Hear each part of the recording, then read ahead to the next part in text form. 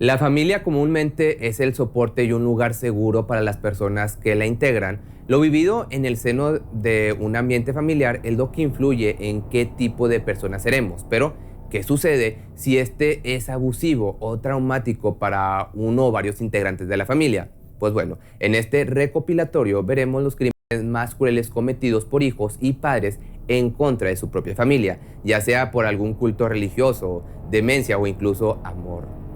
En este primer video veremos la historia de una madre que, con ayuda de sus amigas y la creencia de que su hija ha sido embarazada por el diablo, cometerán los actos más aberrantes que te puedas imaginar en contra del cuerpo de la pequeña inocente.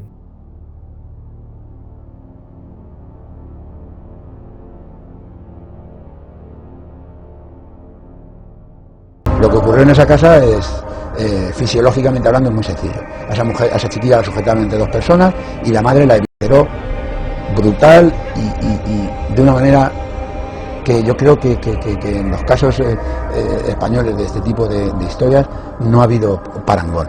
En el municipio de Almansa, localizado en la provincia de Albacete, esto en España, ocurrió uno de los peores asesinatos jamás vistos en el país europeo.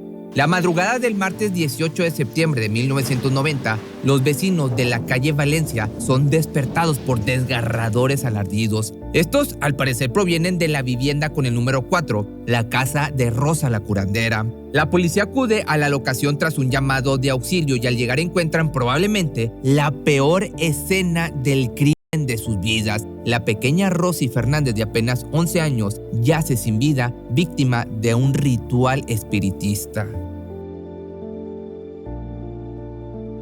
Si eres nuevo en este canal, te cuento que subo videos casi toda la semana en YouTube y en Facebook sobre temas de crímenes o de asesinatos o cosas interesantes que tengan algo que contar. Rosa Fernández González, llamada de cariño Rosy por quienes la conocían, nació el 22 de abril del año del 79. Era la hija única de Jesús Fernández Pina y Rosa González Fito, un matrimonio muy distinto al resto. La alegre niña creció viendo cómo su madre hacía todo tipo de curaciones y sesiones espiritistas en su hogar. En aquella época, y probablemente hasta la fecha, había al menos 350 personas viviendo como curanderos. Estos sanadores hacían su vida practicando la llamada imposición de manos y supuestas curaciones a cambio de unos pesos o de unas pesetas. También elaboraban brebajes a base de hierbas con los que juraban que les curarían a sus pacientes cualquier mal que tuvieran. Rosa, la madre de la joven víctima, era una de las sanadoras espiritistas más conocidas del pueblo. Ella fue instruida en esta labor por el maestro curandero Enrique El Villena. Ya iniciada en el mundo del espiritismo, fue bautizada como miradora, sanadora o hermana de la luz. Cada día la familia recibía en su hogar un gran número de gente que buscaba curar sus males. Después de un tiempo trabajando, les fue tan bien y ganaron tanto dinero que su esposo, Jesús Fernández Pina, dejó su empleo como zapatero para ser el secretario de su mujer. En la sala de espera, el piso inferior de la vivienda, él agendaba las citas y se encargaba del manejo de finanzas del negocio. A pesar de trabajar juntos como matrimonio, supuestamente Rosa prefería el sexo opuesto en secreto. Rosa engatusaba a sus clientes con verborrea y dudosas promesas. Creía realmente que tenía poderes y cada vez se sentía capaz de logros mayores. Esto lo mencionó Francisco Pérez, director de un diario español. Rosa tiene la creencia que las curanderas con algún lazo familiar, en especial los hermanos, tenían más poder y eran mejores en su labor, por lo que convence a Ana, su hermana menor, de trabajar con ella. Además de su cercanía con su hermana, ella mantiene una estrecha relación con su vecina María Ángeles Rodríguez Espinilla, quien la acompaña y participa en sus rituales, que aparte se dice que existía una relación amorosa. Buscando mejorar su negocio y aumentar su poder sanador, concibe la idea de integrar no solo a su hermana, sino también a la hermana de María al equipo. El grupo quedó conformado por Rosa y su hermana Ana, acompañada de María y su hermana Mercedes.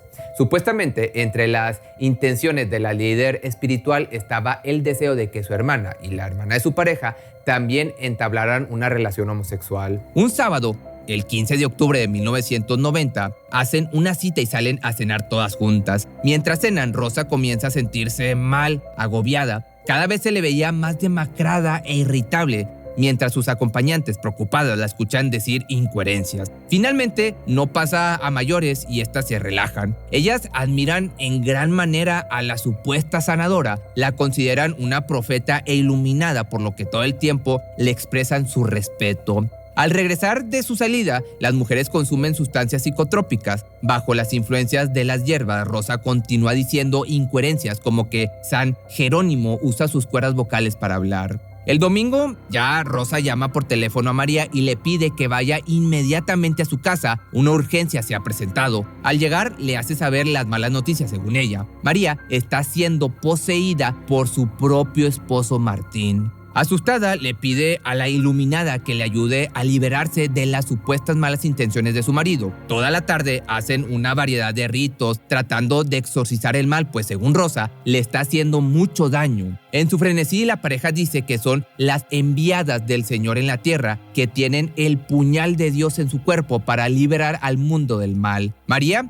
presenta a sus hijos ante la mujer espiritista, pues están convencidas de que también portan este supuesto mal. Las mujeres les introducen los dedos en sus bocas para que vomiten y, según sus palabras, para que echaran lo que tenían adentro. Los niños vomitan e incluso sangran por la agresividad de las acciones de estas supuestas sanadoras. Martín, por otro lado, el esposo de María, no es un espíritu, aún se encuentra con vida, lo que hace más extraño imaginarse una posesión y entender las ideas descabelladas de estas mujeres. Finalmente, el hombre localiza a su familia en la casa de Rosa. Desesperadamente trata de convencer a su mujer de que regresen a su hogar. Ya casi da la medianoche y los niños están cansados y adoloridos después de esta limpia a la que fueron sometidos. Su esposa decide no acompañarlo, así que se marcha con sus hijos. Al día siguiente, por la mañana, Mercedes va de visita al hogar de Rosa. Al llegar, la encuentran con su hermana María, sin ropa, en la cama, abrazadas y, según ellas, decían que eran Jesucristo y la Virgen y que se iban a casar. Las prácticas de estos rituales no han parado y cada vez se tornan más y más perturbadoras. Ana, la hermana de Rosa, y Josefa, su cuñada, llegan al domicilio después de ser llamadas por Jesús, el esposo de la líder curandera.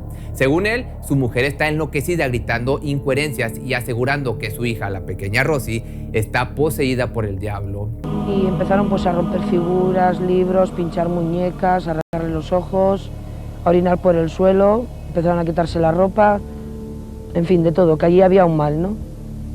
En todo este intervalo estaba ya la tía y el padre en la puerta, rezando, y ya hubo un momento en que mi hermana se puso de pies contra la pared y dijo que la venía un aborto y que vamos, que ella era la que tenía el mal. Y eché un poco de sangre, que lo que tenía era el periodo, no era otra cosa.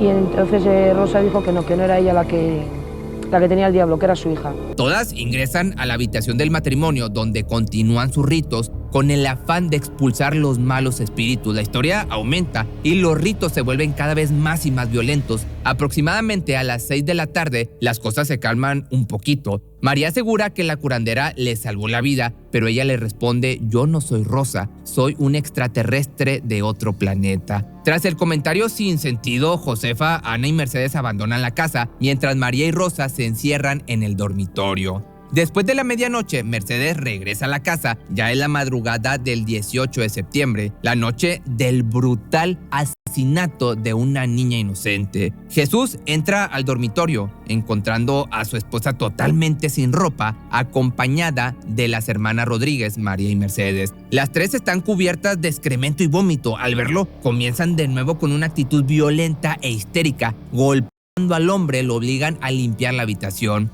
Hasta este punto, en esta descabellada historia, la pequeña Rosy ha estado exenta de los espeluznantes rituales que han ocurrido en su hogar durante las últimas horas. Lamentablemente, la historia de exorcismo de su madre y sus compañeras la iban a alcanzar. Sus dulces sueños se ven interrumpidos por su padre. Rosa le ha ordenado a Jesús llevar a su hija a la recámara matrimonial. Ante el miedo, él la obedece, prefiere no enfrentarla para no ser agredido nuevamente. Las tres mujeres esperan a Rosy, desnudas y cubiertas de todo tipo de fluido. El hombre se marcha dejándola sola con ella. Las curanderas delirantes desnudan a la niña, la acuestan en la cama y la cubren con sábanas. Después de rodearla en silencio por un rato, la niña se queda dormida. Nuevamente es despertada, pero ahora por su madre, quien la obliga a tirarse al suelo. La niña comienza a llorar y a rogarle que ya por favor la dejen en paz. Mercedes, al notar el sollozar de la niña, dice: si vas a quitar el mal, hazlo ya, porque la niña no se encuentra bien. Rosa se enfurece y señalándola le grita: maldita seas, el mal está dentro de ti. Junto con María comienza a atacarla con patadas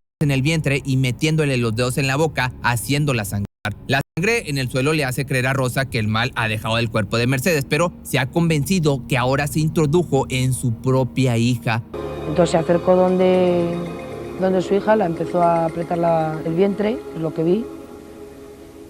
Le abrió las piernas y dijo que aunque tuvieran que coser a su hija, que la iban a sacar que estaba embarazada del diablo.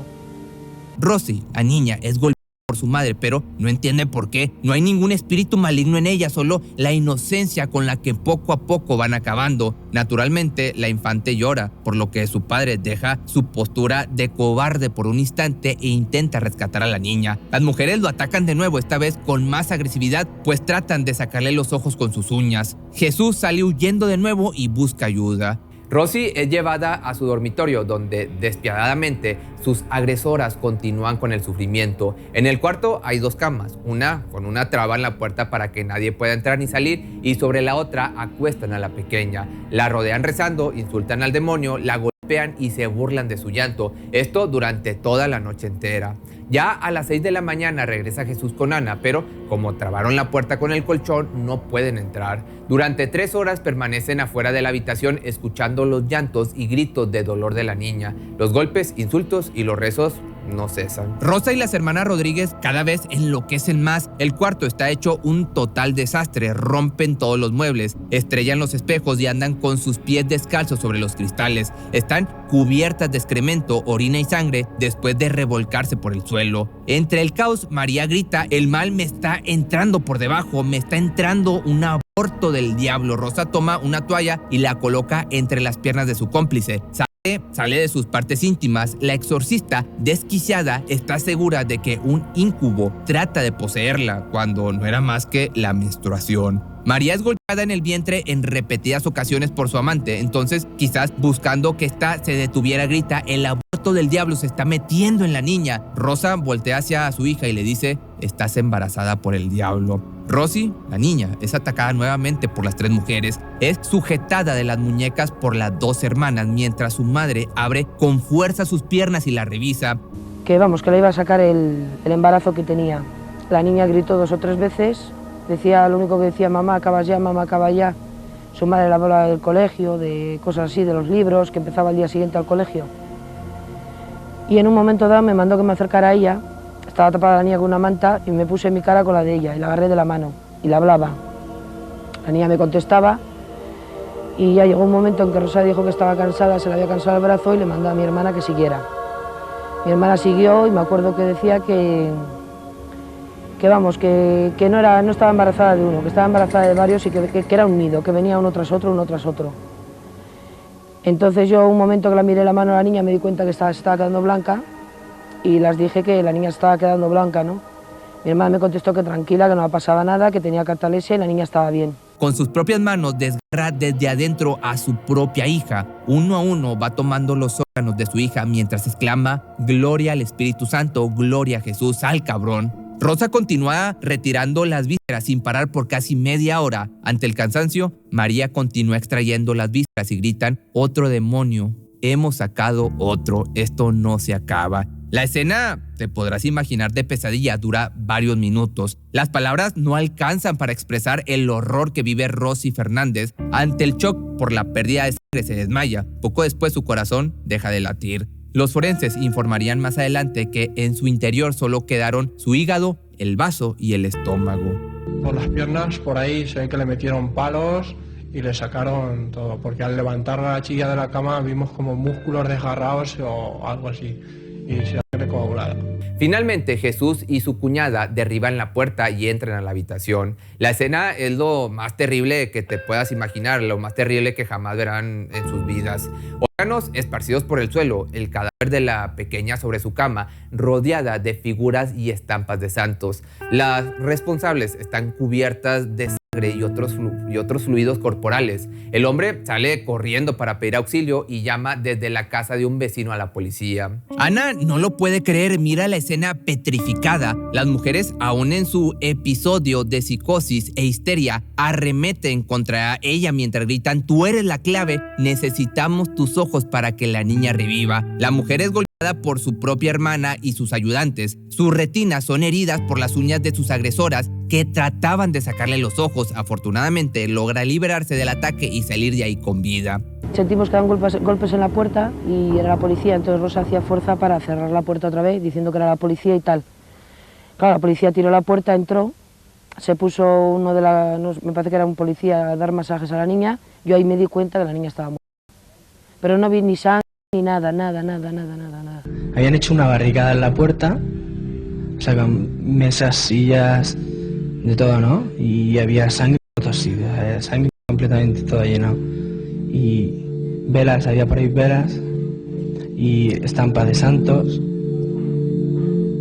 Y no te puedo decir más porque cogimos al crío y no la llevamos. Después de días de extrema violencia y locura, el cansancio impactó a las mujeres curanderas. La conciencia comenzaba a tener un inmenso peso en ellas al entender la magnitud y a la vez el horror de sus acciones, así que deciden huir.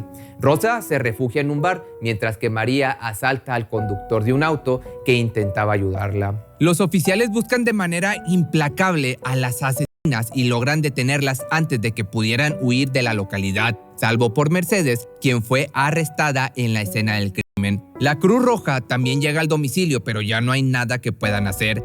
Difícilmente la policía pone bajo custodia a las mujeres. Se defienden y golpean a los agentes, atacan directo a sus ojos o con mordeduras. Mercedes es atendida en el hospital, víctima de graves traumatismos. Ella les dice a los médicos que ha sufrido una paliza por parte de las fuerzas negras, o sea, del demonio, y demanda que no la toquen porque no necesita la ayuda, que Santa Lucía supuestamente le va a curar.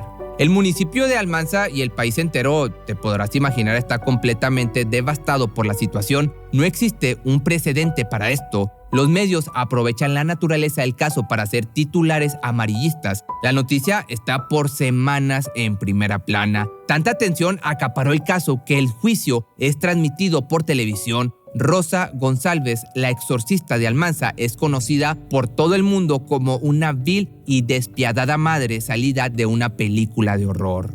Al día siguiente del asesinato de Rosy, su cuerpo es velado por todo el pueblo. Su padre solloza y se estira el cabello con gran desesperación. No deja de repetir que hizo todo lo que pudo a todo aquel que lo quiera escuchar. La puerta estaba atrancada desde el interior del cuarto, pero sí se le cuestiona por qué no llamó desde un principio a la policía. Esto no lo puede responder. Es difícil aceptar que esa inocente vida se pudo haber salvado.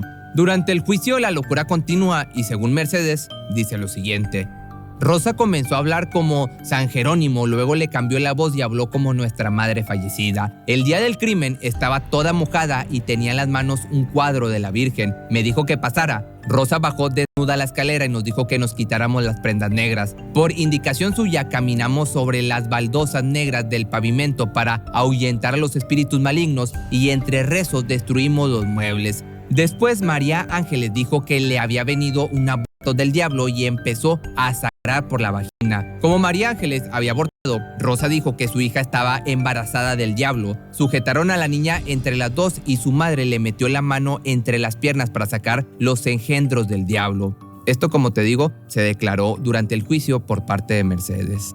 Según Rosa González, no tiene recolección alguna de los hechos de esa trágica noche. María comenta que su memoria desde la noche del 15 de septiembre no existe. Pero en febrero del año del 92, finalmente la Audiencia Provincial de Albacete dicta la sentencia contra las acusadas y ¿qué crees? De manera inexplicable, las 3 mujeres son absueltas.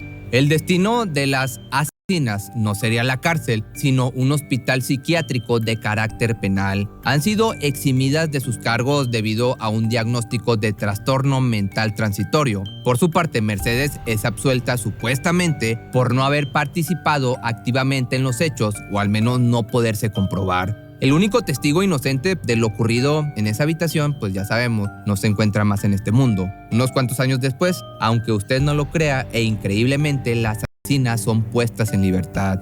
María se mudó a Valencia, donde vive lejos de su familia, mientras Mercedes vive en Valladolid. Rosa también se reintegró a la sociedad, pero definitivamente no volverá jamás a Almansa. Los habitantes han declarado públicamente que si pisa su tierra, será linchada. La casa de esta espeluznante historia sigue intacta, con excepción de la cruz invertida que los vecinos pintaron. La exorcista asesina decidió mejor buscar refugio en otra ciudad del país y no mucho tiempo después buscaría participar en programas de televisión relatando su caso. En estos cuenta su versión del asesinato y gana dinero por ello, evidentemente. Yo ya cumplí, por llamarlo de alguna manera, con la sentencia que me impusieron. Y quisiera que me dejaran seguir viviendo, por lo menos viviendo, un poco en paz. Porque cada 3, 4, 5 años, cuando hay algún programa de algo, enseguida estoy ahí. Supongo que tendrá que ser así, pero no es justo. Es que no sé lo que pasó. Me he arrepentido, me he preguntado por qué. Muchas veces. Pero es que no lo sé. Y el no saberlo supongo que es lo que me deja seguir viviendo. Si no, no podría vivir. La madre estaba allí sentada rezando y como si nada, o sea, la sacamos y como si nada. O sea, se quedó parada, o sea, que no hizo nada. O sea, pero es que en ese momento no era una madre. Supongo que la mayoría de la gente no estará conforme o incluso tranquila de saber que las personas que cometieron estos perturbadores actos siguen con sus vidas como si nada después de todo. Lo único que queda es esperar que algo como esto jamás vuelva a ocurrir en la vida o en ningún país.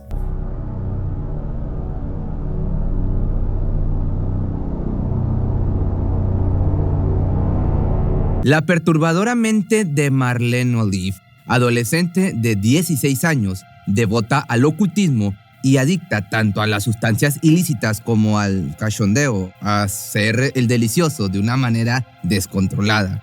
Seducida por el pensamiento asesino y manipuladora hasta los huesos. Tenía 10 años el día que sin querer encontró unos documentos que no comprendía. Llevaban su nombre, el de sus padres y otros detalles ajenos a ella. Al tomarlos no dudó en correr con el hombre al que le decía papá y con esas hojas en la mano hizo la pregunta más temida en aquella familia: ¿qué significa adopción?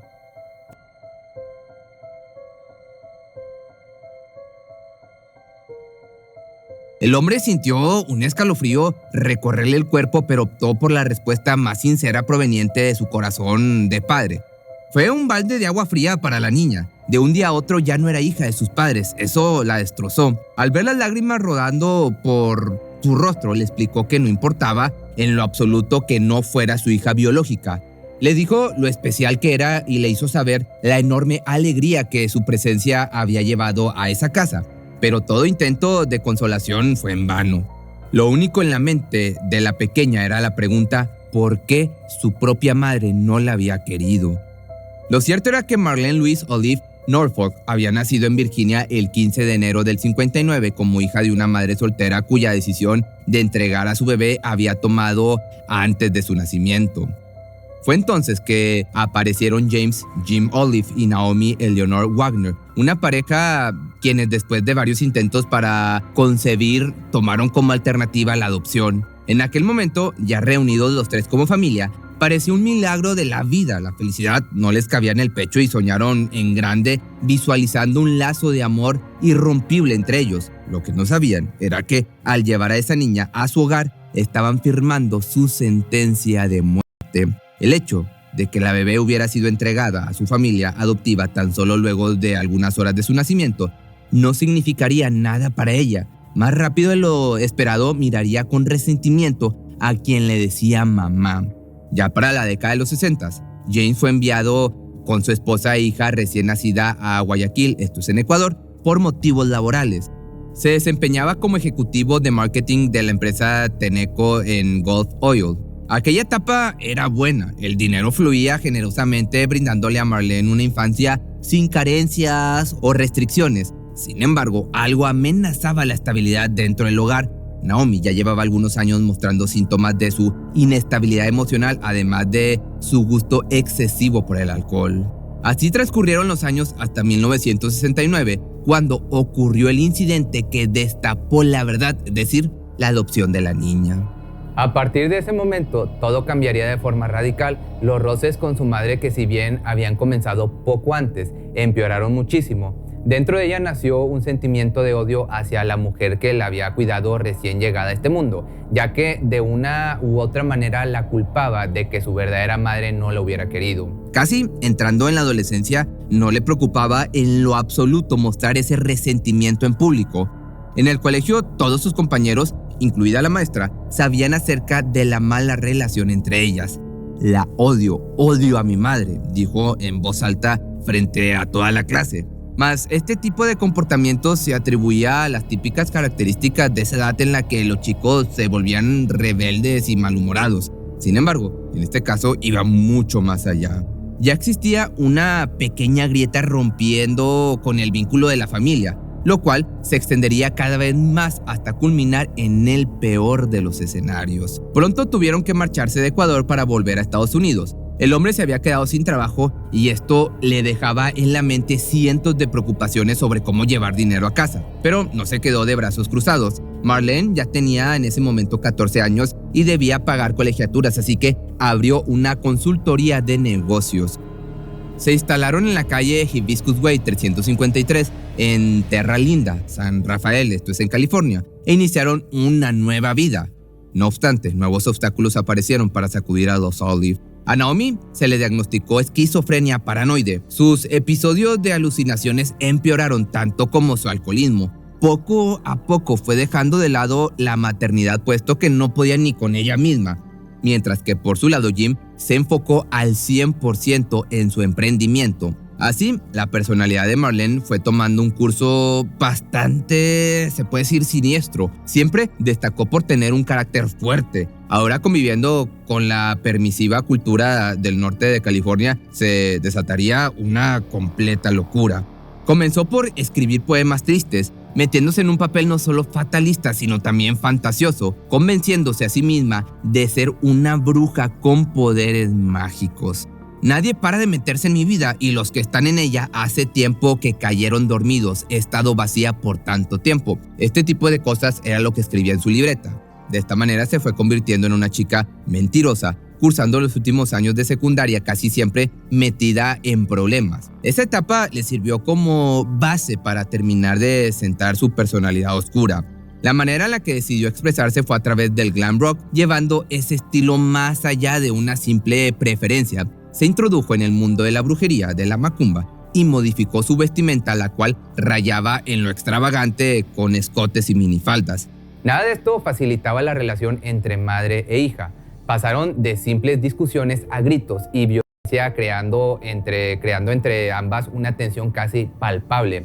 Por su parte, a la chica rebelde le afectó físicamente. Se le desarrolló en el estómago una úlcera que la llevó a tomar remedios caseros. Pero ese sería el momento en que descubriría algo mucho más fuerte: las sustancias ilegales. Así, una cosa llevó a la otra y de pronto se vio rodeada de otros adolescentes cuyos problemas resultaban, pues, si no era igual, bastante parecido. Este nuevo grupo de amigos solo enriquecía su rebeldía, causando en Naomi un desequilibrio mental aún más agravado. constantemente gritándose cosas hirientes, como por ejemplo cuando la mujer le decía con desprecio que terminaría convirtiéndose en una cualquiera como su madre biológica. Muchas eran las peleas de tal magnitud donde el hombre de la casa no tenía presencia. Si acaso de vez en cuando se ponía de parte de su esposa haciéndole ver a la joven lo terrible de su comportamiento. Además, Jim informaba a la policía sobre las actividades ilícitas de los amigos de su hija, quien a cada instante perdía el control con mayor facilidad, al grado de que en una ocasión, bajo el calor de un enojo, comenzó a morder su antebrazo y a golpear su cabeza contra la pared. Los excesos trastocaban, como te puedes ver, totalmente su mente. Vivía en la sombra del alcohol, las sustancias ilegales, relaciones íntimas con quien se cruzara por su camino y sobre todo a merced del ocultismo. Formaba parte de un grupo de chicas que en su misma condición llegaron a practicarse abortos a escondidas de sus padres y, presuntamente, miembros pertenecientes a una iglesia satánica. Marlene había despegado los pies del suelo tan drásticamente que inventaba historias como haber filmado una película para adultos en Sudamérica y que su padre controlaba el tráfico de sustancias en Ecuador, cosa que obviamente era mentira. El camino de esta chica igualmente estaba completamente torcido. No tenía ningún remedio, al contrario. Cuando parecía no poder empeorar, sacaba bajo su manga otro hecho desagradable. Comenzó con los pequeños robos. Al principio parecían simples travesuras de adolescentes. Sin embargo, escalaron hasta convertirse en algo serio. Tiendas, tarjetas de crédito de sus padres, poco a poco ascendieron al punto de encontrarse frente a frente con la ley en algunas ocasiones. Justo fue en esa etapa cuando llegó a su mente el primer pensamiento de arrebatar una vida. Quería deshacerse de su madre e iba muy en serio. No pasó mucho tiempo y lo intentó por primera vez. Mezcló con su comida altas dosis de medicamentos que tomaba para controlar la esquizofrenia. Se lo ofreció en un acto de buena voluntad y la miró esperando cumplir con su cometido. Pero ese día los instintos de la mujer jugaron a su favor negándose a probar bocado. Sin saberlo, pues escapó de la calaca de la muerte. Aunque el asunto no terminó ahí. Pasaron algunas semanas y alguien clave para este crimen, el asesinato, apareció en su vida. Su nombre era Charles Chuck Riley, un joven de 20 años, 5 años mayor que ella. Había desperdiciado su vida como vendedor de sustancias ilegales, no tenía estudios y se caracterizaba por su personalidad llena de complejos. Pese a su edad, jamás disfrutó de la compañía de una novia. Era hijo de un empleado de panadería y un ayudante de enfermería, Oscar y Joan Riley. El joven arrastraba traumas por su complexión, ya que en su adolescencia llegó a pesar 140 kilos. Esto le hizo ser sumamente inseguro y manipulable, situación de la que se aprovechó Marlene. Para él fue como un ángel caído del cielo, alguien que finalmente lo había notado y cuya apariencia no le importaba. Pensaba que era su única oportunidad en el amor. Cuando se conocieron, ya tenía tiempo en el negocio de las sustancias ilícitas. Ganaba muy bien, lo que le permitió comprar armas, aprender a dispararlas y hacerse de una reputación de chico malo, ganándose el respeto de los chicos de su vecindario. Quizá nadie intentaba aprovecharse de él, pero la joven de 15 años se convertiría en su talón de Aquiles, su perdición. Se apoderó de su mente, volviéndolo esclavo. Sabía la influencia que tenía sobre él y lo exprimió hasta donde pudo. Le pedía ropa de marca, joyas, dinero, todo, mientras que ella le daba a cambio el máximo placer jamás antes experimentado para el moldeable pobre chico. Jugó el papel de juguete, vil marioneta a merced de los sádicos deseos de su novia, quien le llegó a exigir tomarle fotografías cachondas, explícitas para enviarlas a la revista Penthouse. Le pidió ser golpeada con un látigo e incluso lo convenció de usar su cara como sanitario en un contexto sexual, ya sabes, estas cosas pues bastante sucias. Él, pues imagínate, estaba completamente obsesionado y aunque en ciertas ocasiones llegaba a dudar sobre las extravagantes peticiones de su novia, terminaba por ceder, le ganaba el cachondismo, temiendo que esta pues lo abandonaría. Chuck también absorbió todos los problemas familiares de Marlene. Era su escucha más fiel, dispuesto hasta a asesinar si le pedía. Por su parte, James y Naomi por un momento llegaron a pensar que esa relación finalmente haría sentar cabeza a su hija. Pero pues estaban engañados. Se dejaron llevar por la fachada de chico educado, responsable y preocupado por el bienestar del adolescente. hasta que inevitablemente la máscara se desvaneció. Una tarde, la pareja se vio involucrada en un robo donde consiguieron alrededor de $6,000 en prendas y accesorios para ella, sumado a otro incidente en marzo de 1975, cuando Shock fue detenido por hurtar junto a su novia $1,114 en una tienda de ropa. Este tipo de sucesos encendieron las alarmas de los Olive, pensando erróneamente que la mala influencia era el joven de 20 años. Pronto decidieron prohibirle a la pareja seguir con su tóxica relación, algo que terminó por enfurecerlos. Pasaron alrededor de 3 meses, tiempo en el que la mente de la perversa Marlene se echó a volar, ideando tácticas para mandar a su mamá al otro mundo, al más allá, de una vez por todas. Consideró poner una bomba en el auto de sus padres y hacerla explotar o tirarlos con su vehículo desde un acantilado. Los chicos buscaban la manera de verse y discutían la forma más eficaz para el plan mortal. Más tarde, un caluroso día de junio, Naomi y su hija tuvieron una discusión sumamente violenta, y esta sería la gota que derramaría el vaso. Rendida a su furia, la chica llamó a su manipulable novio y le dijo: «Tenemos que matar a esta perra hoy». No se lo pidió 2 veces e iniciaron con los preparativos. Finalmente, y de esta manera llegó el 21 de junio de 1975. La única hija de los Olive dio marcha al plan. Programó con su padre un paseo de compras, dejando solo al objetivo principal. Shock Riley continuó con el siguiente paso, el cual era entrar y arrebatarle la vida. Entonces, al ingresar al domicilio, la mujer se encontraba recostada en su cuarto de costura, sin esperar que de pronto alguien le golpeara la cabeza con un martillo. Soportó lo más que pudo, herida y en un mar rojo, un charco rojo. Ella no quería morir, pero ante su resistencia, el atacante respondió tomando un cuchillo de la cocina y atacándola en el pecho. Finalmente, para silenciarla, le cortó la respiración con una almohada que colocó sobre su rostro. No obstante, nada saldría según lo previsto. Su novia y Jim volvieron antes de lo esperado, un error que culminó en otra muerte no planificada. El hombre quiso luchar contra él para salvar a su moribunda mujer, pero desistió ante el calibre 22 que el intruso sacó de su bolsillo. 4 disparos después, estaba en el piso, ya sin vida.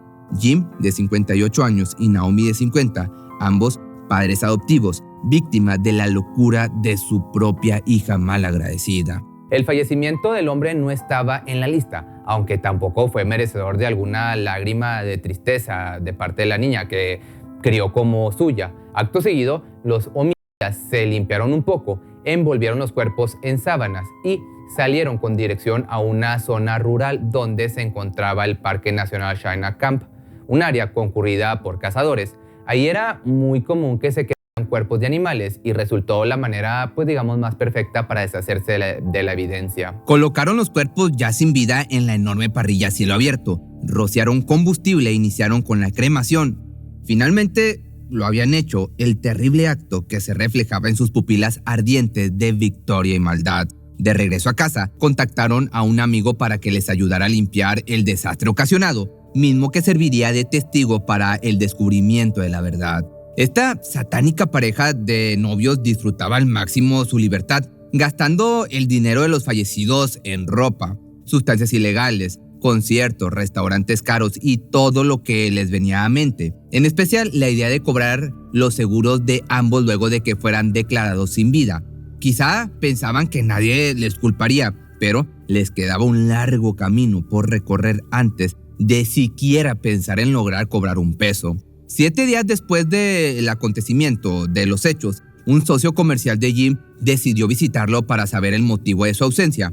Nadie respondió a la puerta y al mirar por la ventana se percató del desastre en el que se había convertido ese hogar. Lo primero que se le vino a la mente fue que era obra de un robo, así que llamó a la policía, quienes acudieron a investigar sin encontrar rastros de sangre o alguna pista que sirviera de ayuda. Eso sí, dejaron una nota. Esta fue recibida por la chica de 15 años y no dudó ni un segundo en acudir a la comisaría para explicar la ausencia de sus padres. Dijo una gran mentira. Según ella, se habían ido de vacaciones al lago Tahoe, pero algo no parecía marchar bien. Tal vez no mentía tan bien como pensaba y se fue envolviendo en las preguntas de los detectives. Pronto su versión se volvió siniestra. Dijo que su padre había asesinado a su madre, que había huido después, dejándola sola en casa. Esto lo convertía en una investigación entonces por homicidio. Como si fuera poco, sumó datos increíbles al relato, lo cambió tantas veces como pudo y acusó a Naomi de ser asesina.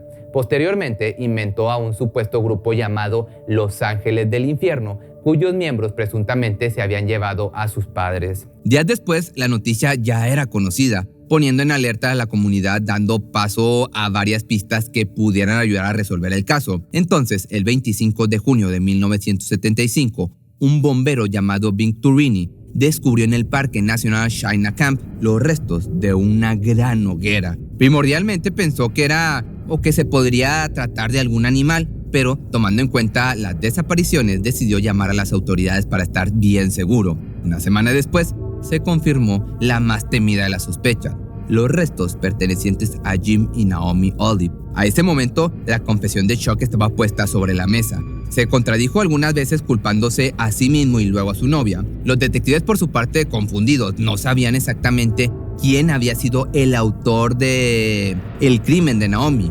El chico no tenía motivos de odio, pero ella se conocía que sí, más no se detectó evidencia de sangre en su ropa. Ya para el 1 de julio de ese mismo año, ambos quedaron detenidos. Entre las evidencias de la investigación se descubrió una carta que daba un panorama más amplio a lo que había pasado. Una de ellas escrita antes de los hechos y otra después. Espero que puedas esperar a que tenga 17 años para casarte conmigo o podemos matar a mis padres. No tengo ningún sentimiento de culpa por mis padres, ninguno. Tú tampoco debes, relax. Estas palabras dejaban todo más en claro. Chuck Riley fue juzgado y sentenciado a muerte el 26 de enero de 1976. Sin embargo, posteriormente la Suprema Corte le conmutó la pena capital por 2 cadenas perpetuas sin posibilidad de salir bajo palabra antes de cumplir 7 años de cárcel. Fue trasladado en San Luis Obispo. Ahí trató de rehacer su vida, aunque entre las rejas participó voluntariamente en programas de reducción de la condena y estudió administración de empresas. Tuvo la oportunidad de casarse en 2 ocasiones con chicas que conoció por correspondencia. De la primera se separó al poco tiempo y de la segunda tuvo que despedirse a causa de su fallecimiento por cáncer de mama. Por otro lado, Marlene Olive recibió una sentencia menos severa. Era la autora del crimen, pero también menor de edad. Fue enviada al Centro California Youth en Ventura, donde debía cumplir de 4 a 6 años dependiendo de si se le consideraba rehabilitado o no. No obstante, la chica en realidad no tenía remedio y eso lo demostraría en los próximos años. Estaba camino a su libertad y fue trasladada a otra prisión con un régimen más benévolo. De ahí se fugó, solo había cumplido 2 años de sentencia. Volvió a sus adicciones y a ejercer como chica de la vida galante, como de estas mujeres las cariñosas, hasta julio de 1979, que fue encontrada y enviada a California. Al cumplir los 21 años en 1980, salió de prisión. Esa década cambió de nombre incontable número de veces. Fue arrestada por robo, por sustancias ilegales y fraude, pisando la cárcel en algunas ocasiones. Se ganó el apodo de la Reina de la Basura, bautizada así por la policía considerando que la chica hacía negocios con cualquier cosa que cayera en sus manos. Incluso manejó una importante red de falsificación de documentos de identidad en la región, por la que fue detenida en el 86 en la ciudad de Los Ángeles. Antes del 2003 entró y salió del reclusorio varias veces y posteriormente desapareció del mapa. En cuanto a su cómplice, peleó varios años por su libertad condicional hasta que le fue otorgada en diciembre del 2015. Actualmente nada se sabe de esta psicótica pareja, solo que de seguir vivos andan por el mundo con nombres falsos siendo personas de la tercera edad, más viejos que sus víctimas al momento en que ocurrieron todos estos hechos.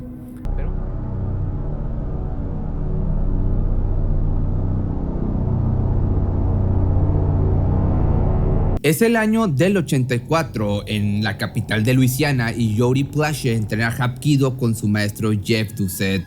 Jody y sus compañeros lo admiran y buscan dominar el arte marcial con sus enseñanzas. La cercanía entre ambos pasa de ser una relación sana entre maestro y estudiante hasta convertirse en un enfermizo interés del adulto hacia el pequeño. Tristemente, a sus apenas 11 años de edad, es secuestrado y sufre abuso en múltiples ocasiones por parte de su entrenador.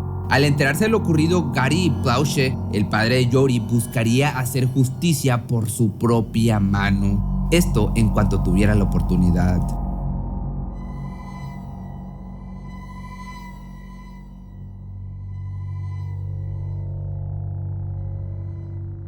Jory Plauche nace el 27 de abril del año del 72, se cría en Baton Rouge con toda su familia, sus padres Gary y June y sus 3 hermanos. En el año del 83 y con 10 años de edad, Jory es inscrito en clases de Hapkido junto con su hermano Mikey.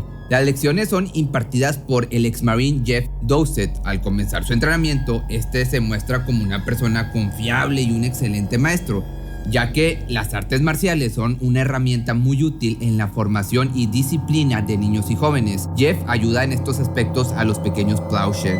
Jory incluso ganó un trofeo en una competencia en Texas gracias a sus enseñanzas. En su momento, el niño menciona a un periódico local lo siguiente: es el mejor amigo de todos nosotros. Dowsett pasa una cantidad, digamos, anormal de tiempo con el menor. Ya no es simplemente un profesor dedicado, hay tanta cercanía y confianza que se ofrece a enseñarle a conducir. Al sentarse, Jory en su regazo, el enfermo instructor de artes marciales comienza a tocarlo. Yo pensé, ¿qué está pasando aquí? ¿Será que lo hace por accidente? Entonces no dije nada, pero ahora sé que él estaba probando los límites. Un ejemplo claro de pedofilia.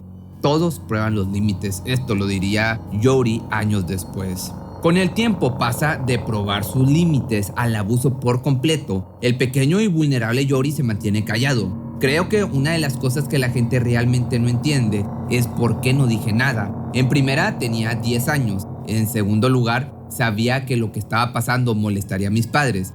3, en su momento no quería que él se metiera en problemas. Era más fácil para mí no decir nada y callarme que molestar a todos. Esto lo diría Jory en su adultez, tratando de justificar su silencio. Pero realmente es algo que no necesita justificarse. Él es una víctima y en situaciones así es difícil saber cómo reaccionar, incluso para una persona ya adulta, más aún para un niño de apenas 10 años. En febrero del año del 84, Jeff decide llevar su abuso más allá todavía. El hombre le pregunta a su alumno si lo acompañaría a California. El infante, quien obviamente no tiene edad suficiente para dar ningún tipo de consentimiento, accede.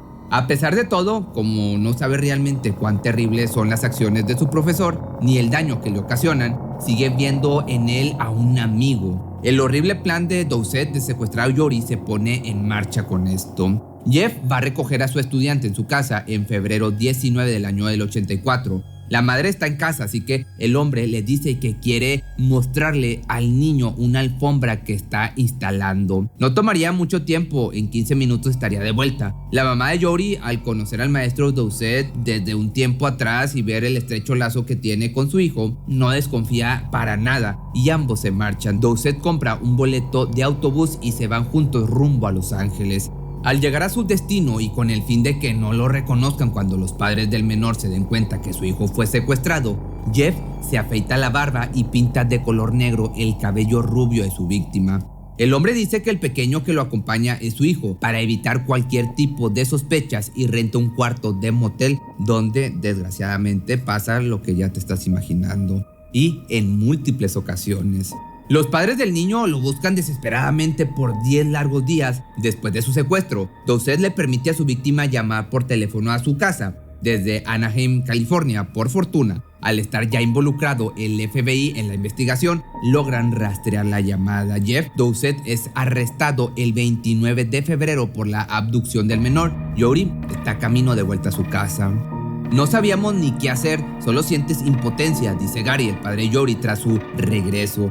El señor Plauche escucha más y más reportes de que Dowsett probablemente había abusado de su hijo. Seguro es demasiado pronto para que el pequeño hable de lo mucho que sufrió, pero un examen médico confirma la peor noticia para el padre. Su hijo fue abusado por su instructor. El progenitor ahora sabe lo que quiere hacer, está decidido a tomar venganza. Gary bebe unos tragos en el bar The Cotton Club el 16 de marzo del año del 84.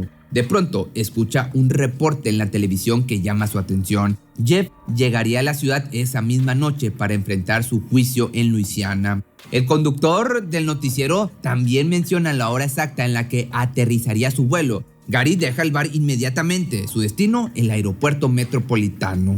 Mi padre fue al aeropuerto pensando que él moriría. Él dijo que Jeff o él moriría esa noche.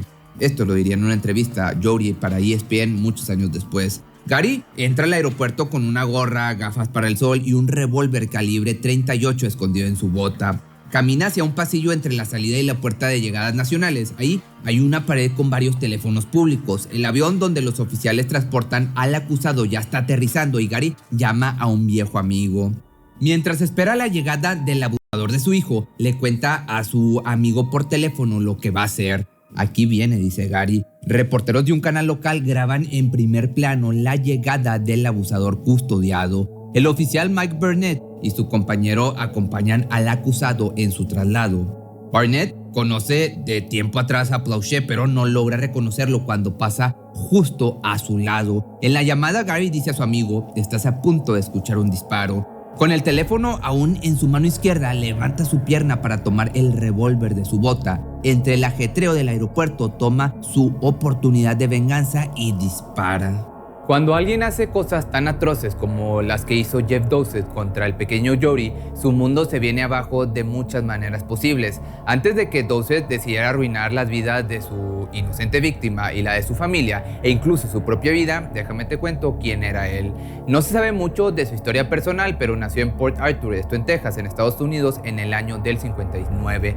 Él llegó a confesar que sufrió abusos cuando era un niño. Eventualmente, él comenzó a hacer lo mismo al punto de que ni siquiera recordaba el número de víctimas a las cuales había hecho sufrir. El caso Planchet no es su primer encuentro con la justicia. En una ocasión fue acusado de acoso sexual, pero el cargo fue borrado de sus antecedentes.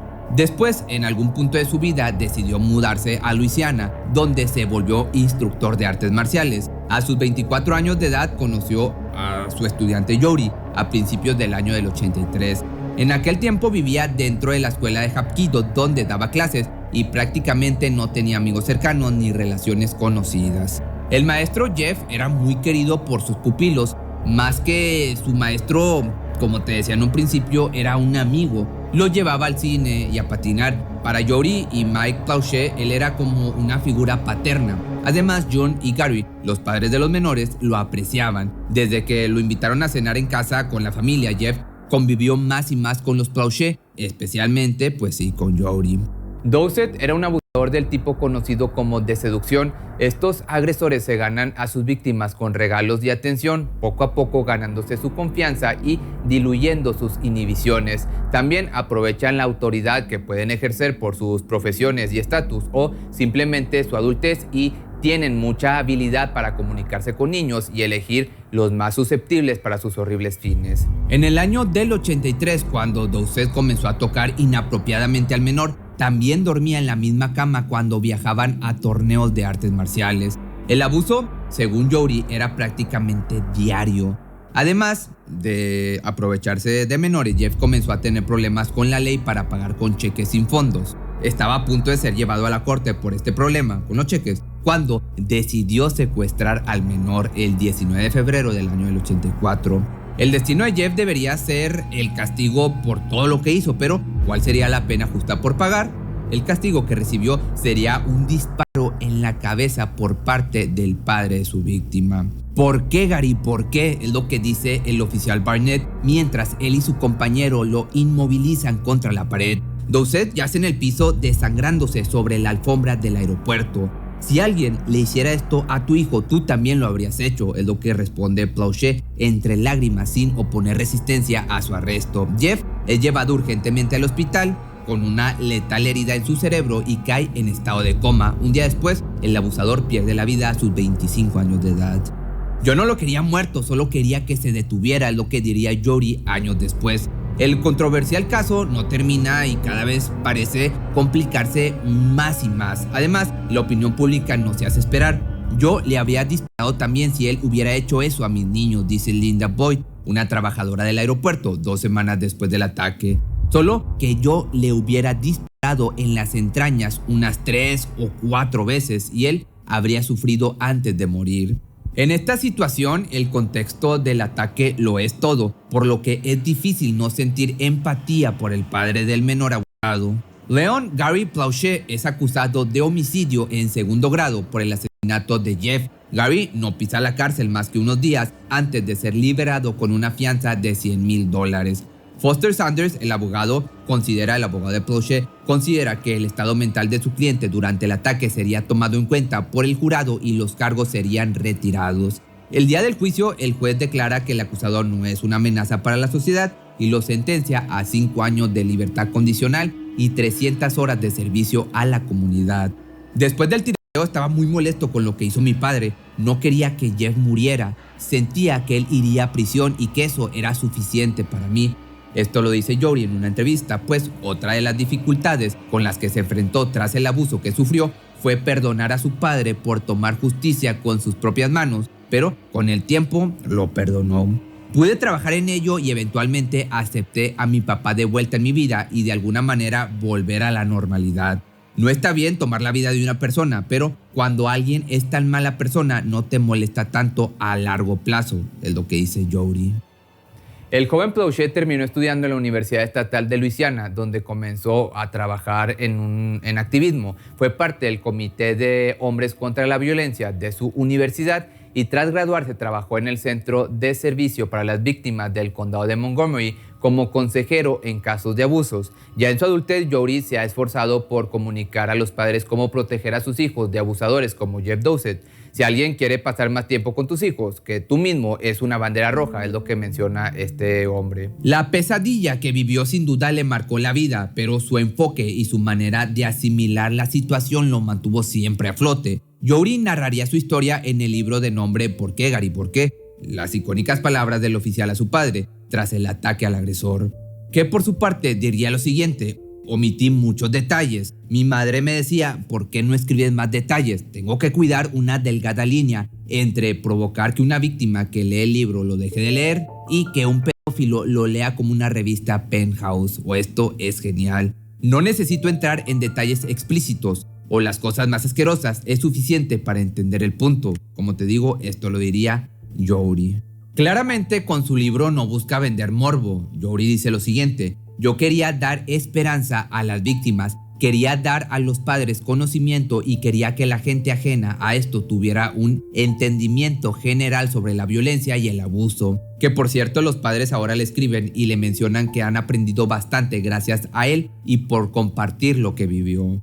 Por su parte, Gary será recordado por muchos como el padre que asesinó al abusador de su hijo, pero la gente cercana a él lo recuerda como un hombre de familia amoroso y muy bromista. El señor Plautche falleció en el año del 2014, luego de complicaciones por una embolia que sufrió en el año del 2011. En el hogar de vivencia asistida donde pasó sus últimos años, no perdió su sentido del humor, pues en ocasiones se hacía el muerto para asustar a sus cuidadores.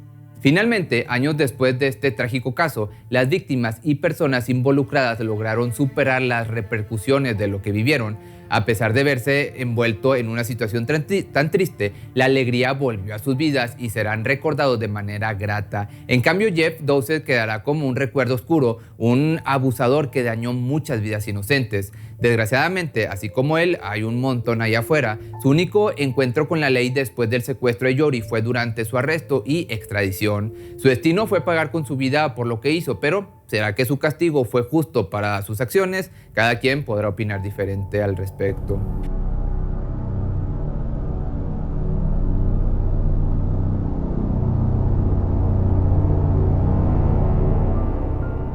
Estar en el lugar equivocado en el momento equivocado puede costarle la vida a cualquiera. Los infantes no son la excepción, pero cuando la mujer que te trajo al mundo es quien se encarga de terminar con tu historia a una edad temprana, genera una sensación de rabia e impotencia, pues se dice que una madre es capaz de todo con tal de proteger a sus hijos, y en múltiples ocasiones hemos visto cómo son las madres quienes sobreviven a las peores condiciones para volver a abrazar a sus pequeños o incluso llegan a matar para protegerlos. Pero Verónica Panarello fue una excepción a esta regla.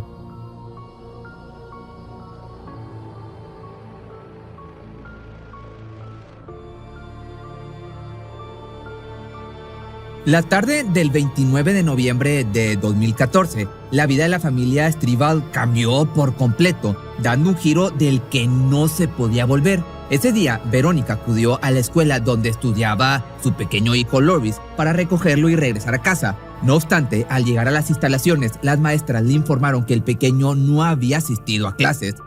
De inmediato entró en pánico y acudió a las instalaciones de la policía más cercana para denunciar la desaparición de su hijo de 8 años. Con lágrimas en los ojos narró cómo por la mañana había llevado en su vehículo a sus 2 hijos, dejando a Diego, su hijo menor, en la guardería, mientras que a Loris lo dejó en la entrada del colegio, pero no se aseguró de que el pequeño hubiera ingresado a la escuela. Posteriormente, se dirigió hacia sus clases donde pasó el resto de la mañana antes de que sus hijos cumplieran el horario escolar. La policía no tardó en comenzar una búsqueda y emitir una alerta a la sociedad para que todos se unieran en el esfuerzo por encontrarlo. Más de 200 voluntarios se unieron a la causa. Mientras tanto, David, su padre, se encontraba trabajando al otro lado del país, ya que su trabajo como camionero lo forzaba a viajar constantemente a través de toda Italia, por lo que era muy poco el tiempo que el hombre podía invertir con su familia. No obstante, realizar esta labor le daba el dinero suficiente para poder proveer para su familia y que no les faltara nada. Mientras realizaba su recorrido, entonces recibió un breve llamado de Verónica en la que le informó sobre la desaparición de su hijo, pero poco podía hacer al estar tan lejos de sus seres queridos. Así que decidió abandonar su deber y regresar a casa lo más pronto posible para ayudar con la búsqueda. Pero antes de adentrarnos en lo que sucedió con el pequeño y cómo esto afectó a toda su familia, conozcámoslos un poco más a detalle. Loris Strival nació en el 2007 en Sicilia, en Italia. Era un niño un poco introvertido y algo tímido en la escuela. A menudo se le veía jugando solo o realizando sus actividades escolares por su propia cuenta. Sus maestras solían decir que era un niño muy inteligente y educado, pese a ser muy poco social. Sin embargo, fuera del colegio, su actitud era completamente distinta. Disfrutaba asistir a sus clases de karate todos los días y demostraba tener mucho talento para esto. Además, en casa todos lo llenaban de amor, cariño y atención. Aunado a esto, cuidaba mucho a Diego, su hermano pequeñito, a quien le contaba todo lo que aprendía en la escuela y en sus clases particulares. Eran muy unidos desde su nacimiento. El momento favorito de los hermanos era cuando podían pasar tiempo jugando con su padre, pues como te platicaba era muy poco la frecuencia en que lo veían por su trabajo. Por otro lado, Verónica Panarello tenía 16 años cuando su madre la echó de casa tras una fuerte discusión, ya que no estaba de acuerdo con la relación que tenía con su novio David Strival, o Davide, algo así sería, creo, en italiano, un joven 2 años mayor. Dado que ella no tenía dónde vivir, su novio le ofreció mudarse con él y su familia. Al año siguiente, tuvieron a su primer hijo, Loris, lo que llevó a la pareja a contraer matrimonio ese mismo año. Poco después, Verónica quedó embarazada de Diego, el segundo hijo del matrimonio. Cuando la policía, entonces, regresando a donde estábamos, emitió el reporte de la desaparición de Loris, esa misma tarde recibieron la llamada de Horacio Fidone, un hombre de 65 años de edad que se había unido a la búsqueda. Mencionó haber encontrado el cuerpo del pequeño en un barranco del pueblo. Al llegar, los detectives confirmaron, lamentablemente, que se trataba del cadáver de un pequeñito, pero por la forma en que lo encontraron, pensaron que se trataba de un pequeño de escasos recursos que vivía en las calles, dado que su ropa estaba desgarrada y deteriorada. Tras el hallazgo, decidieron llevar a Verónica a la estación de policía para que identificara el cuerpo. Al verlo, la mujer estalló en llanto y estuvo a punto de desmayarse, pues la imagen de su hijo con heridas en manos y cuello, además de haber sido encontrado con los pantaloncitos abajo, le daban a pensar actos inimaginables. Que claro, era una excelente actriz y más adelante te vas a dar cuenta. La policía de inmediato sospechó de Horacio, pues consideraban que era demasiado extraño que encontrara el cuerpo a pocas horas de haber comenzado la búsqueda. Sin embargo, el hombre señaló que para él era muy común visitar esta parte del pueblo, pues disfrutaba pasear a diario por la zona y que había sido su esposa quien lo convenció de unirse a la expedición, pero cansado de su insistencia decidió recorrer su camino habitual. Nunca, obviamente, esperó tal hallazgo. De igual forma, las sospechas no se disiparon, por lo que el hombre fue arrestado y llevado a la estación donde lo interrogaron en repetidas ocasiones. Incluso solicitaron una orden de allanamiento para su domicilio y vehículo, pero no lograron llegar a nada, ya que la versión de Horacio se mantenía sólida. Pese a los esfuerzos de los investigadores por probar que estaba relacionado con el crimen, pues no podían estar más equivocados. Luego de que no lograron relacionar al hombre con este acto tan terrible, retomaron sus intentos por dar con el culpable. Incluso difundieron en los medios de comunicación varias líneas telefónicas para recibir pistas anónimas por parte de la sociedad. Es imposible para mí perdonar a quien haya hecho algo tan salvaje a mi nieto. Loris era el príncipe de la casa y no vamos a descansar hasta que se haga justicia. Esto lo mencionó la abuela del menor en una entrevista.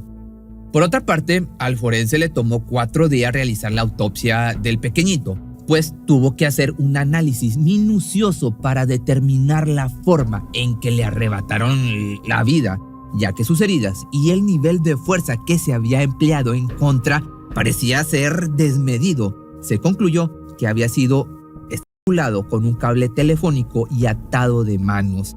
Pero pese a que su cuerpo fue encontrado semi sin ropa, descartaron que hubiera violencia íntima contra el niño, lo que llevó a los detectives a pensar que el cuerpo había sido desechado de esa forma para desviar la investigación. No obstante, al forense le fue imposible recuperar rastros de ADN del atacante, por lo que nuevamente la policía se encontraba en un callejón sin salida. Sin embargo, todo cambió cuando tuvieron acceso a las cámaras de vigilancia del colegio y los negocios aledaños, debido a que pudieron notar en las cintas de esa mañana que en ningún momento se veía a Verónica llevar a su hijo a la escuela, contrario a lo que había declarado desde el inicio de la búsqueda. Esto puso a la madre en la mira de la policía, por lo que la llamaron a declarar a la comisaría, donde en diversas ocasiones se contradijo a sí misma, argumentando que había estacionado su vehículo en un negocio cercano y que vio cómo su hijo entró al colegio. Luego señaló que Loris llegó tarde a la escuela y por eso sus maestros no recordaban haberlo recibido. A diferencia de lo sucedido con Horacio, la versión de Verónica presentaba demasiadas inconsistencias que dispararon aún más las sospechas por parte de la policía. Además, los medios de comunicación comenzaban una campaña de suposiciones hacia ella como forma de presión. Ya días más tarde, los detectives tuvieron acceso a las imágenes de las cámaras de vigilancia de los vecinos de la familia, donde, para su sorpresa, se dieron cuenta de que durante la hora de la desaparición, los 2 niños se encontraban afuera del domicilio con su madre a punto de partir. Un par de horas después, se puede apreciar cómo el pequeño Loris llega solo y entra a su casa. Curiosamente, esa llegada coincidía con el tiempo aproximado del fallecimiento, de acuerdo al forense, por lo que la policía emitió una orden de cateo al domicilio de la familia. En el lugar encontraron diversos cables que coincidían con las marcas que el niño tenía en las muñecas y en el cuello. Los detectives no dudaron en arrestar a Verónica para acusarla de homicidio y de ocultar un cuerpo. Los medios de comunicación comenzaron a difundir la noticia del arresto, señalando que la mujer era culpable. No obstante, David defendió a su esposa en todo momento, señalando que ella era inocente y todo se trataba de un malentendido, pues sabía que su pareja era muy amorosa con los niños y que tenía una familia decente. Todo esto es solo una forma de desviar la atención. Hay un asesino allá afuera y no es mi esposa. Ella es una gran madre que ama a su familia y nunca intentaría lastimarlos. Al contrario, hubiera dado su vida por proteger a Loris. Esto evidentemente lo mencionó David para un periódico, pero estaba muy lejos de la realidad.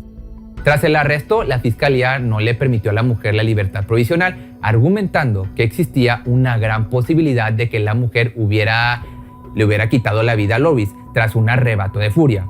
Pero Verónica seguía apegada a su versión de haber llevado a su hijo a la escuela y que había sido raptado. Sus abogados, por otra parte, hicieron todo lo posible por demostrar su inocencia, pero no consiguieron convencer al fiscal de permitir salir bajo palabra.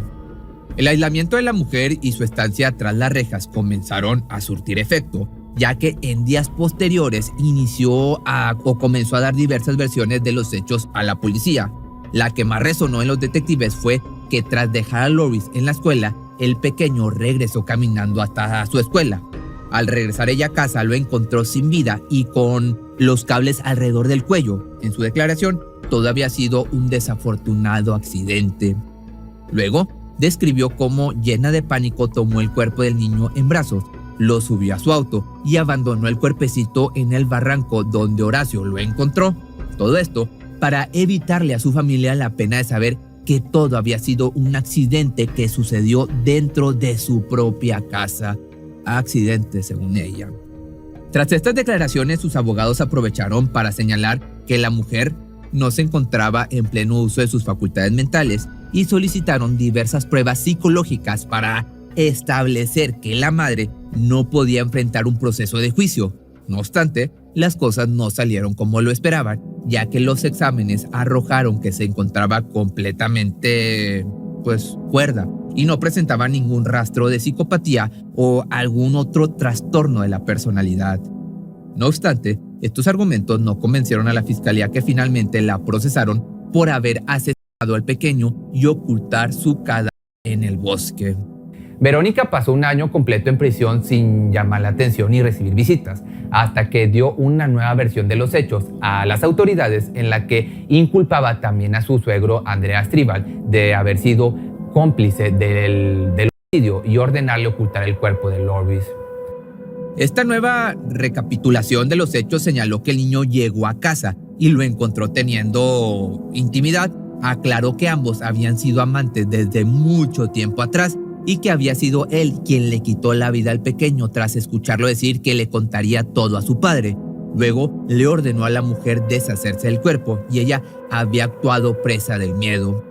Es un hombre malicioso y violento. Todo el tiempo estaba amenazándome con atacarme a mí o a mis hijos.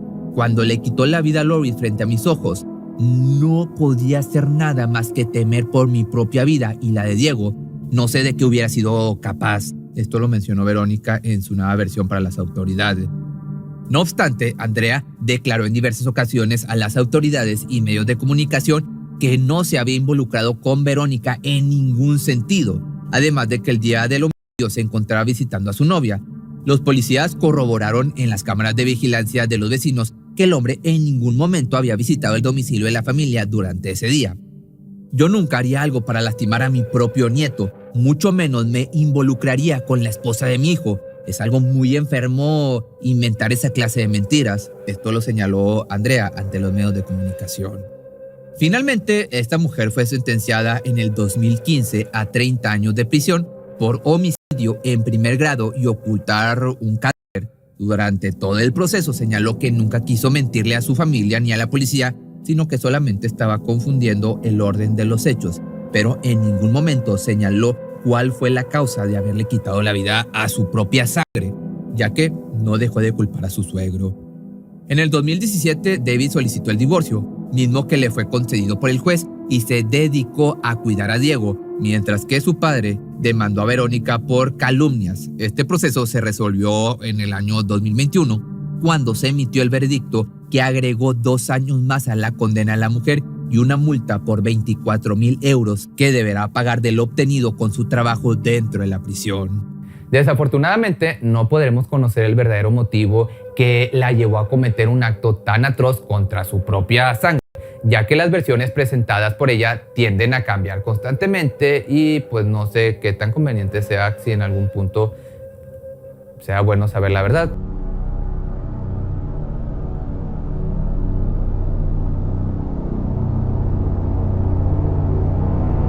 En este último video de la recopilación veremos la historia de Brooke, una madre de apenas 18 años que no estaba dispuesta a dejar su estilo de vida adolescente al dar a luz a su bebé. No es fácil tener una vida perfecta y mantener todas las apariencias pulcramente arregladas, desde la vestimenta, el comportamiento, el desempeño académico e incluso el peso corporal. Todo esto puede ocasionar graves problemas en la conducta de quien lo intenta, al punto de desarrollar trastornos psicológicos o alimenticios. Esto fue lo que le sucedió a una joven que era sometida constantemente a la presión por mantener las apariencias. En su intento por tener todo bajo control, cometió un acto inexplicable. Enterró a su bebé en el patio por miedo a su familia.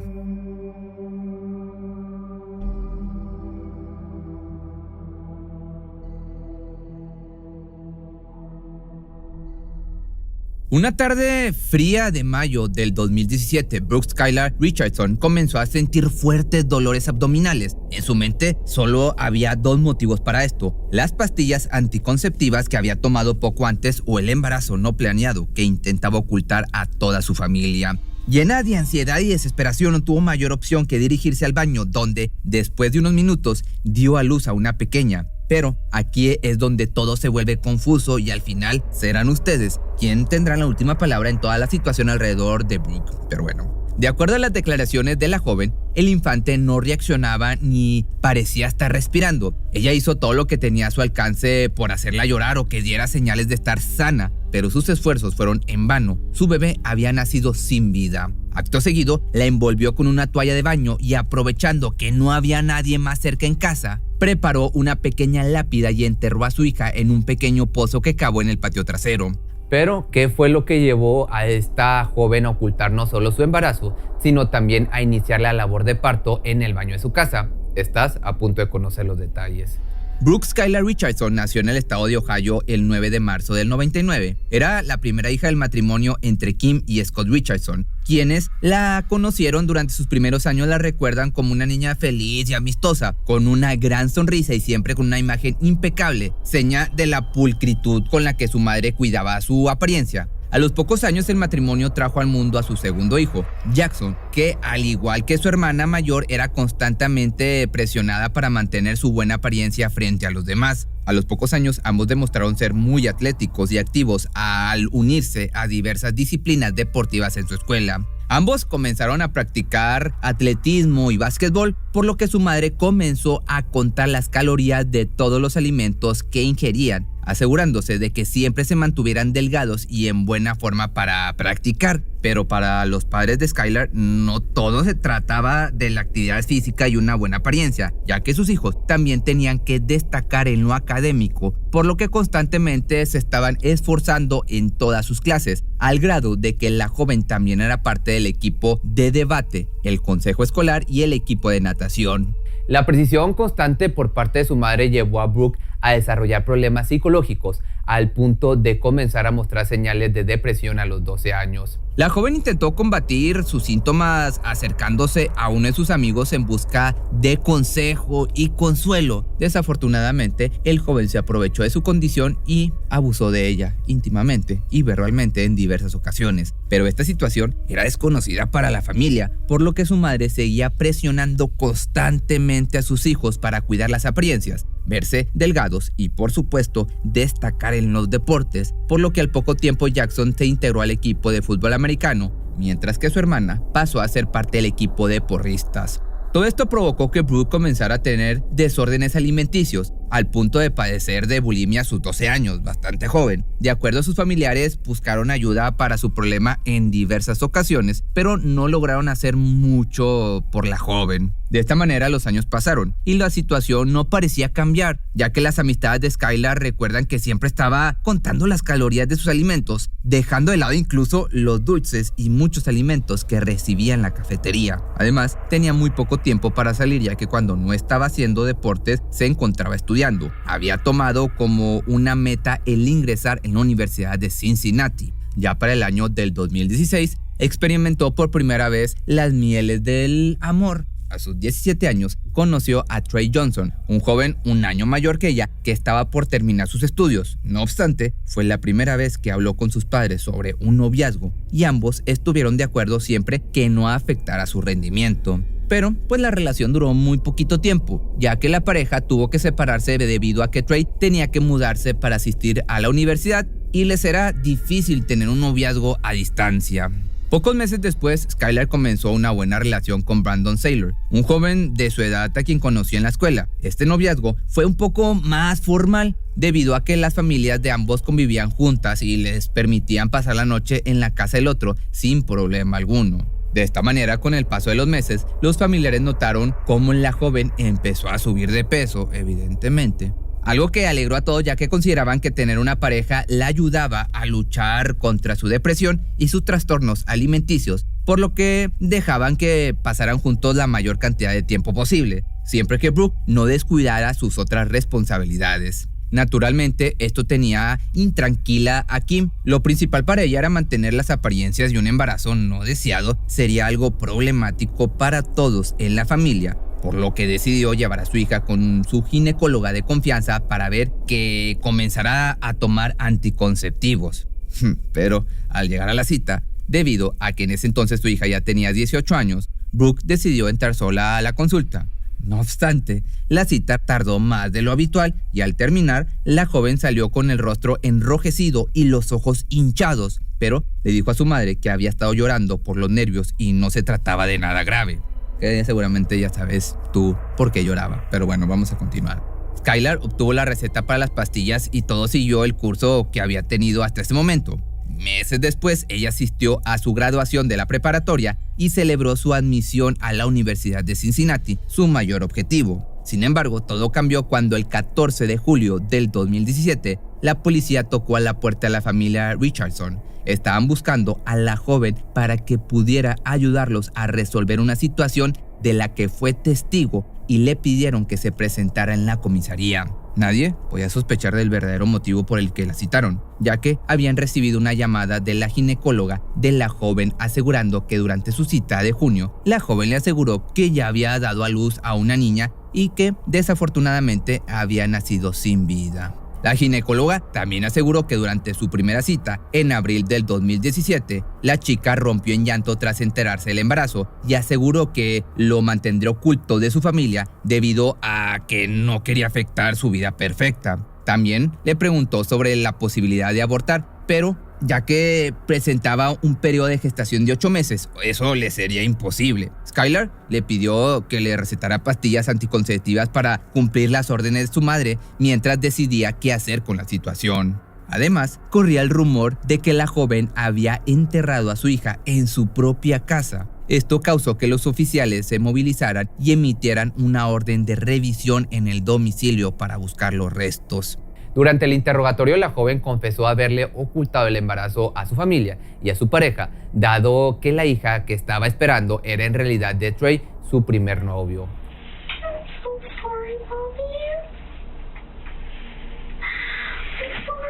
Cuando los policías entraron entonces a su casa, notaron un pequeño altar en el patio trasero, donde excavaron y recuperaron los restos de Annabelle, que sería el nombre que le tenían preparado. Ese mismo día, Skylar fue puesta en libertad mientras se realizaban los análisis forenses.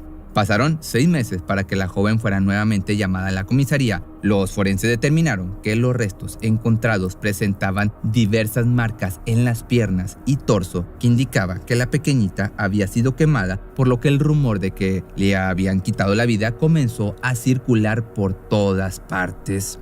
Nuevamente, en la sala de interrogatorio, los detectives presionaron a Skylar para que admitiera haberle quitado la vida a la bebé. Durante las primeras horas se negó, pero ante las preguntas repetitivas y el cansancio señaló que las marcas en sus piernas podían deberse a que durante su desesperación intentó cremar a Annabelle sin tener éxito. La joven evidentemente fue arrestada con el cargo de homicidio agravado. Sin embargo, sus padres pagaron una fianza de $50,000 para que obtuviera su libertad provisional. El juez decidió que esa sería una cifra justa por haberse mostrado dispuesta a responder todas las preguntas y asistir a cada interrogatorio sin causar problemas. Ya durante el juicio, la fiscalía señaló que Brooke había dado a luz en el baño de su casa, pero que la pequeña Annabelle había nacido con vida y que la joven la asfixió en ese momento para no perturbar su vida perfecta, dado que no le había avisado sobre su embarazo a su familia, ni menos a su pareja. Además, agregaron que era imposible que los padres no estuvieran involucrados debido a que no habían hecho algún comentario sobre el pequeño altar en su patio trasero, ni notado los síntomas de su hija. Sin embargo, los abogados de la familia señalaron que debido a sus trastornos alimenticios, la ausencia del ciclo menstrual podría ser uno de los síntomas relacionados a la bulimia, por lo que era natural para la joven y su familia verla con distintos malestares. Aunado a esto, lograron establecer que las declaraciones que dio a la policía habían sido forzadas o coaccionadas, ya que fue tanta la presión de los detectives por obtener una confesión que lentamente le habían dado ideas de lo que pudo haber hecho durante el proceso y que terminaron siendo admitidas ante el cansancio de la chica. También se estableció que debido a estos problemas alimenticios, el embarazo se volvió complicado. El bebé no recibía los suficientes nutrientes de su madre, por lo que el proceso se vio interrumpido y Annabelle había nacido de forma prematura. De igual forma, a lo largo del juicio, los medios de comunicación y la sociedad se encargaron de dañar la reputación de Brooke, llamándola en diversas ocasiones asesina de bebés, mientras que en las calles la gente la llenaba de insultos. Esto también causó que la Universidad de Cincinnati le negara la admisión. Debido a que durante el proceso se filtraron, hablando de otras cosas, conversaciones de la joven con su madre en la que señalaba que tras el parto se sentía mejor y que su cuerpo había regresado a la normalidad,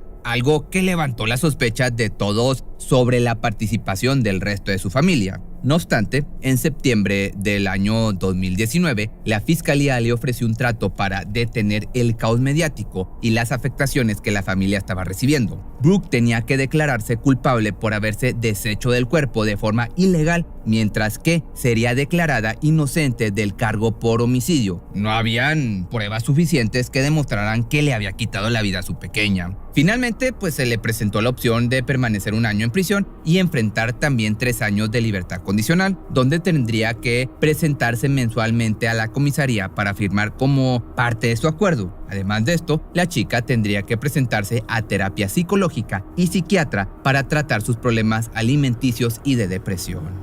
Dije que si podía sobrevivir al juicio, obtendría toda la ayuda que necesitaba. Quiero sacar lo mejor de mi vida y utilizar mis experiencias para ayudar de una forma u otra. Esto lo declaró para la revista Cosmopolitan. De esta manera fue así como Brooke Skylar Richardson fue absuelta de la acusación de haberle quitado la vida a su recién nacida. Pero esto no fue suficiente para que la sociedad olvidara los hechos, debido a que en todas las ocasiones que intentó conseguir empleo le fue negado, mientras que sus esfuerzos por entrar a una universidad de buen nivel se habían esfumado completamente. Al final, si la joven le ocultó la información a su familia o si ellos formaron parte de esto, queda en ustedes decirlo. Por mi parte, pues no soy quien para juzgarla como la juzgó la sociedad. Tú, déjame tus comentarios aquí abajo. Ya vimos que aunque la sangre une a las familias, algunas personas caen en la locura y cometen actos atroces y violentos contra sus semejantes. Así que ya sabes, la siguiente vez que vayas a dormir no olvides cerrar con llave la puerta o dormir con un ojo entreabierto.